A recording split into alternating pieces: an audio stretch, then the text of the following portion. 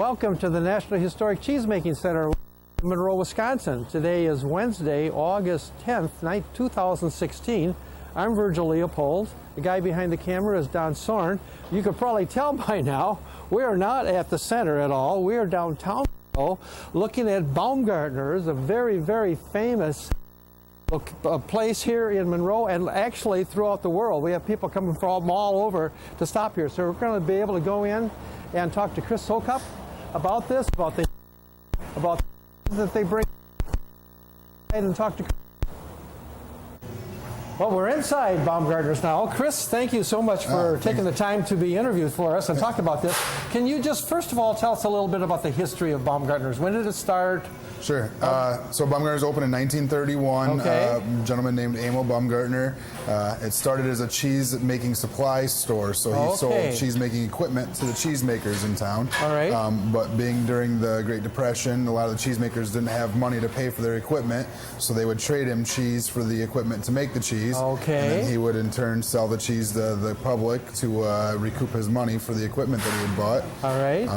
And then after a few years, he decided to put a keg of beer in back for the delivery drivers. I bet the cheesemakers love that. Yeah, you know, cheesemakers like to drink after a long, hard day. So he put a keg of beer back there, kind of on the honor system, and then that didn't work out very long. So he ended up having a bartender back there, and it kind of developed into a cheese store and tavern over the years. Is that, you know what? I've lived in Monroe almost all my life. I didn't realize it was named after an actual person. Yeah, I didn't know how that started. Yeah, pretty incredible story. Started in 1931 during the Depression.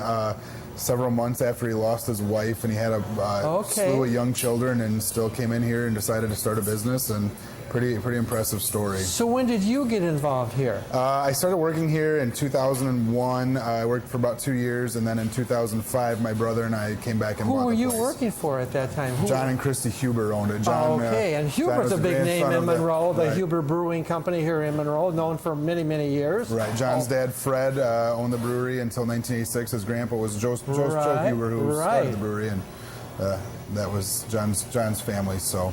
Well, from the center, from the National Historic Cheesemaking Center, we got to look at the cheese. Sure. Oh, absolutely. How many kinds of cheese do you have here, Chris? We carry about 45, sometimes up to 50. Just depends on what we have in stock at the time, but around 45 to 50 varieties. Almost all Greene County cheeses. We have a couple of. Is that right? Almost all Greene County. Almost all Greene County. Yep. Oh my gosh. Well, there's so much good cheese here to choose that's from, right. Yeah, so I mean that's great. So when people come in here, not only are you, it's good for your business, but you're advertising for the Greene County people as well. Yeah. So, Absolutely. That's why people come here. They want to get a taste of the area. So there's one cheese that I work at the center once a month, as a docent, and when people want to have a different kind of cheese sandwich, we send them to you, Chris. What kind is that? The Limburger cheese sandwich, for sure. Yeah, can I have one before we leave today? Absolutely. We got that would be plenty great of to have one, so we can end up maybe with both of us having a Limburger cheese sandwich. We just end it with you having one, but we could end it with both of us. For sure. Don't you like it? I mean, it pays the bills, so I like it.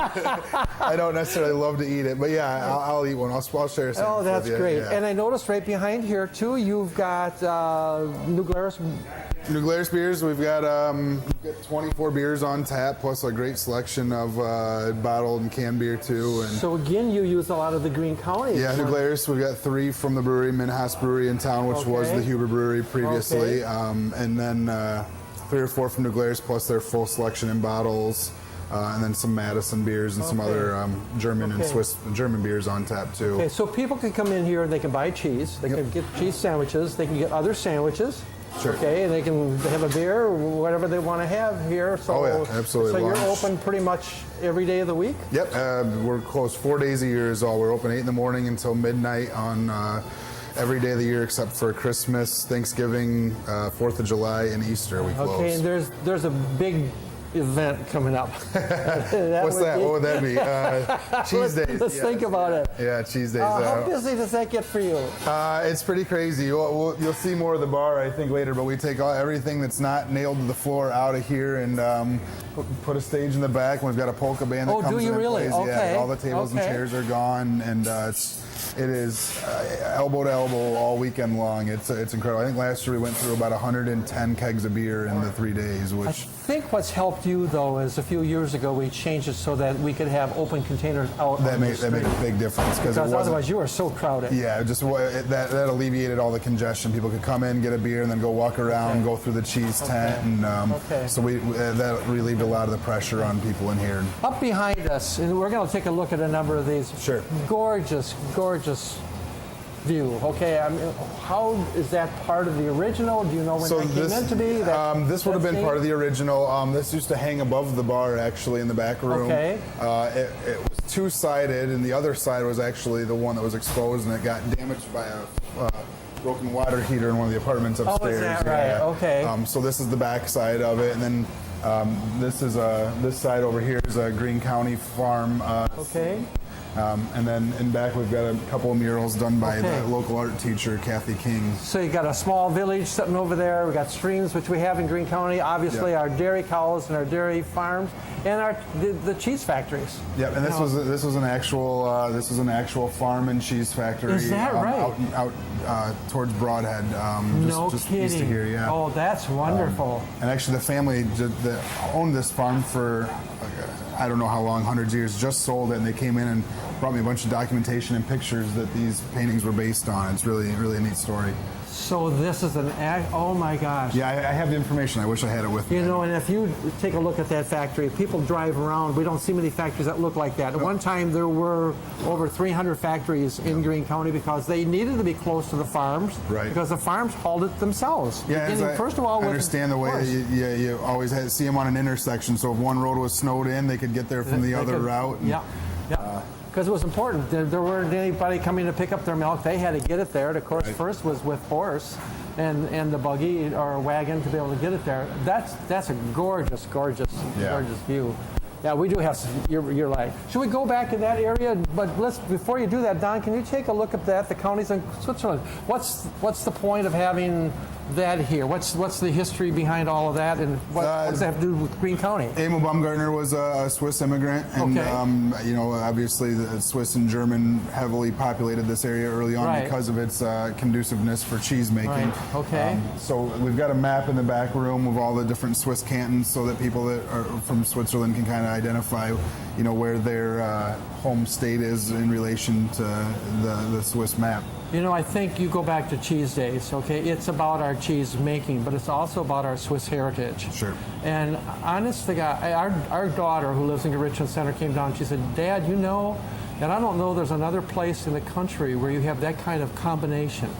Sure. Honoring our Swiss and honoring our cheese making industry. I think they go hand in hand. I think that's why the Swiss wound up here, was because the farms were perfect for dairy cattle and reminded them a lot of Switzerland. And just a proud people in general. And you know what? What's really interesting, Don and I, along with our wives, have gone to Europe for twice, I think, right, Don? And we've made the same comment. You drive around parts of Germany or parts of Switzerland, hard to tell. Yeah, you know why they settled here. Because we reminded them so much of their homeland. Yeah. Anything else in here you want to talk about, Chris, before we go back in there? No, we can go back in there too. Okay. The dollars in the ceiling is all the way throughout. Explain that. Would you do that? Yeah, that's a big draw for us too.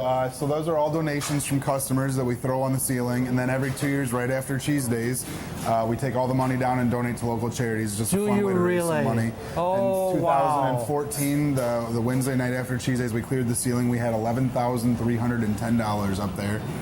So we'll clear it again this coming Cheese Days right afterwards. We'll clear it and split it between 3 different Chris, people are going to say, great, how do you get it to stick up there? We can show you that too. We can show you that too. That'd be great. Don, let's go back in over here. Should I turn the music off, you think? Should he turn the music off, Don, do you think maybe? Might be a little bit better.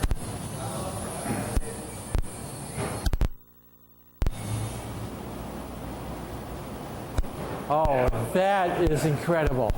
What another beautiful scene that you've got up there.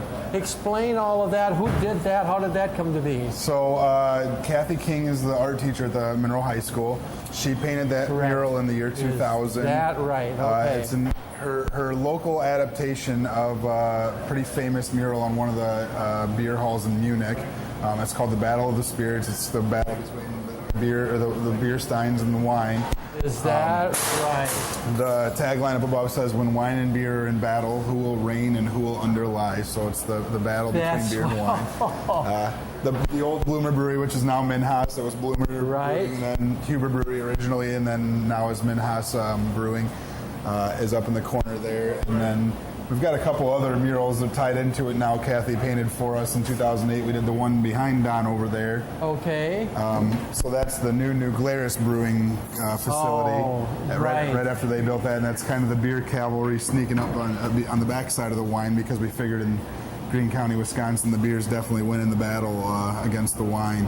Anybody watching this video, and now this has gone worldwide, by the way, this is all on the web. Oh, cool. So they can do that. Anybody seeing that or wants to come and drive into Greene County and drives past that, you look out, you'd swear you're in Germany. It's unbelievable. They have done such a beautiful job. And it's such a neat contrast between the two breweries. We've got the very modern with the eye for German, and then down here we've got the old American brewery with, that's just cramming things in wherever they can find room, and just they're both of them doing a great job. And I don't know if Kathy King will be doing another picture again this year, a painting that she has in the past, and you can buy those here, which is kind of cool. Yeah, she's a great artist. And there is a map of Switzerland. Yeah. And again, that goes back to all of our history and give some very dated statistics about each of the. Sure. We haven't updated those. These were cantons. Okay. Yeah, these were done in the early '80s, I believe, and we haven't updated any of the information, so it's probably not super accurate anymore. But it's just such a big piece of art. I was just going to say though, this is history, though, Chris. You don't want to change that. It's kind seriously. of a snapshot, and absolutely. Yeah.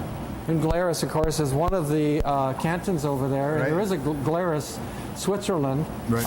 And I had the good fortune of being able to drive through Glarus. Oh, cool! At one time to be able to. And I'm sure that it was people from that state. Absolutely. That settled there. Settled in New Glarus, right? New Glarus, we'd be able to go. Here we've got a couple of maps where we have people that visit us put pins in. So we've got a United States map and a world map, and every one of those pins represents somebody that's been here where they live when they visit, which is pretty incredible too. We started that in 2007, so we're not quite at 10 years. That's since 2007. Yeah. And look at the number from across the world. Europe is pretty well covered. We're going to have to get a bigger European map now. Next time we're going to have to do a world map, a United States map, and a European map, because Europe gets pretty dense in there. It's hard to see Europe beneath all the pins. Oh my gosh. And the beautiful scene there. Yep, that's a lake and mountain scene in the Alps in Switzerland. Can't remember, I believe it's, what lake is that? Actually, it's kind of a drawing of a. It's a real lake, yeah. Oh, it is really. Oh my gosh. Okay. It's one of the more famous lakes in Switzerland. I can't remember the name of it off the top of my head. Yeah. Zurich, and I don't know all of them. I really don't be able to go. As you can see, there's a dollar bill that got bounced off the ceiling and stuck to it. I see that right on the mural. That's there. Yeah. Sometimes they don't stick where you intend them to. And of course, hunting is a big. Yeah, this was Bob Halen.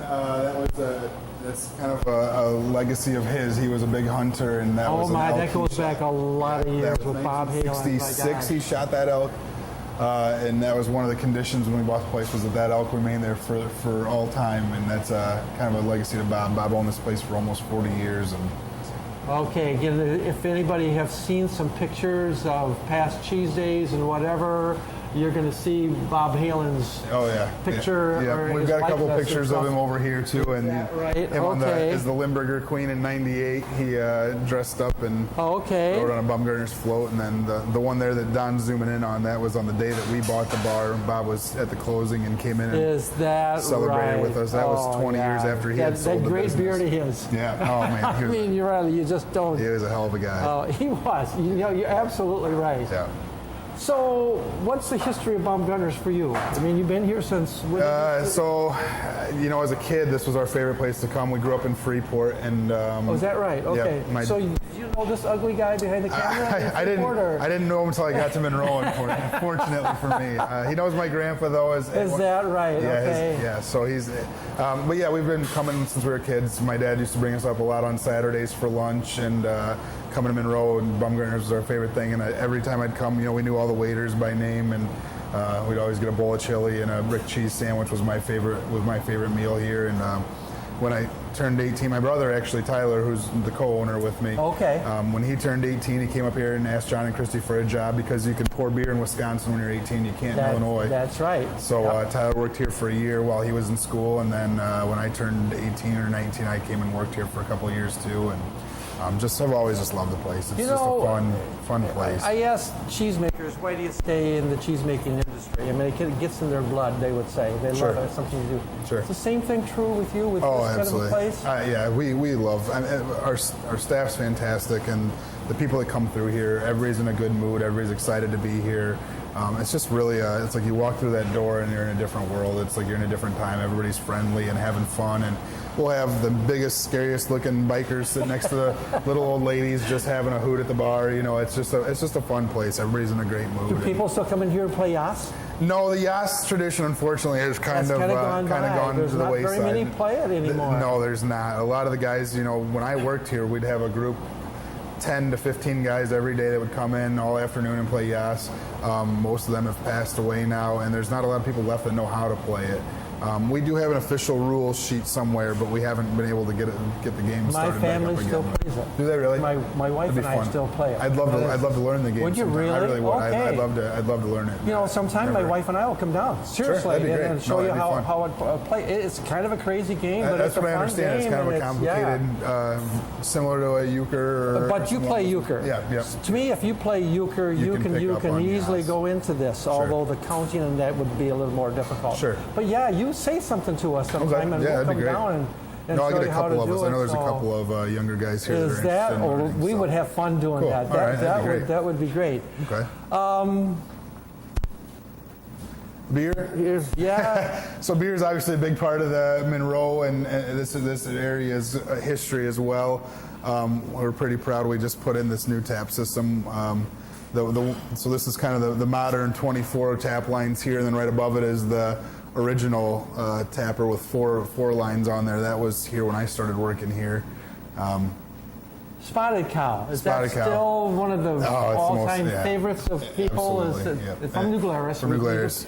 And only can be sold in Wisconsin. Correct. And boy, you're hard-pressed to find a bar in Wisconsin that doesn't have it. I mean, it's definitely the most popular. It's our most popular beer, and we sell a lot of beer, and it's by far our I don't best care seller. where you go in Wisconsin. Everywhere. You go all the way up north, and they have signs on the windows. Be there. People coming across. People have actually gotten in trouble for coming over and then taking it back and trying to resell it. You can't do that. That's you're in deep trouble. That's one of their commitment to just selling Wisconsin has been great for our business because we're so close to the border that a lot of Illinois people come here for lunch and stuff because they can get Spotted Cow, and their Oktoberfest just came out. It's a fantastic beer too, and Minhas makes the Huber and the Huber Bach, which are just great beers, and we're pretty fortunate when it comes to beer and cheese in this area. Well, I have to tell you, I think we're so fortunate to have you here and how you spread the word about Greene County cheeses. Oh, yeah. I mean, that's very important. I said I work once a month as a volunteer out at the center, and this is one of the places we send them. If people want to buy some cheese, or want to get a good cheese sandwich, come on downtown. But there's a couple other places. You can go to the Swiss House, for example. And then we've got several places where you can buy cheese. Sure. But I think with the name that you have, because I have to tell you, a few years ago, my wife and I were the king and queen for cheese days. Okay. And then we were asked to march in the Milwaukee parade. So we're going along. I don't know how many times we were asked as we walked by, is Baumgartner still there? Is Baumgartner still on the square? Yeah. I mean, it was incredible. We hear stories all the time of people being in Europe or Florida or everywhere they go, if they're wearing a Baumgartner shirt, people stop them and ask them. And I myself have experienced, I've gone to Florida to visit some friends several times, and I'll have you know, a dozen different people stop me and go, "Oh, you go to Baumgartners very much?" And I go, "Yeah, quite a bit, yeah."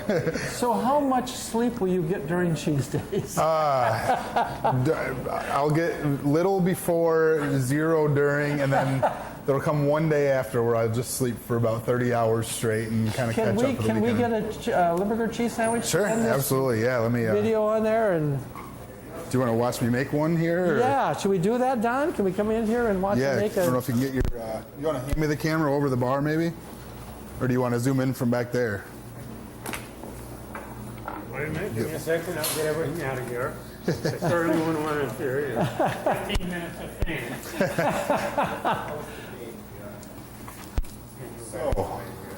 Oh, it's just you for Christ's sake.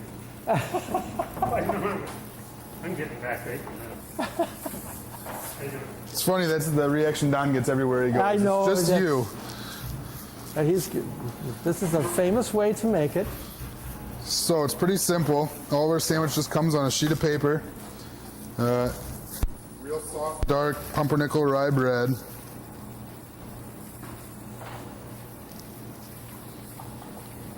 It's gonna be about 7 more minutes here to get this twist tie off of here.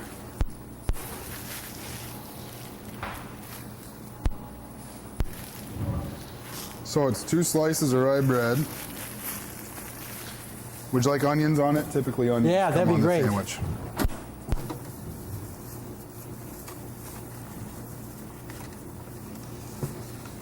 The very important part here is that the cheese is at room temperature, not cold. Yes. People don't understand that the importance of having cheese that is at room temperature. That's at its best. So much of the flavor stays in when it's too cold, and when you have it at room where temperature. do you get your Limburger from?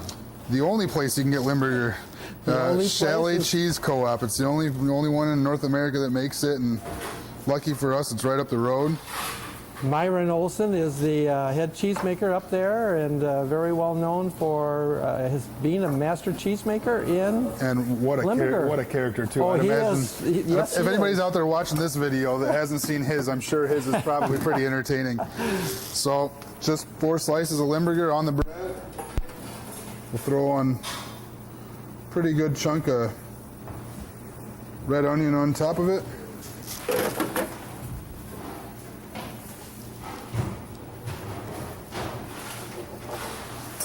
And all of our Limburger sandwiches here come with a mint. For afterwards. I'm going to give us 2 since we're sharing this one. Oh, wonderful.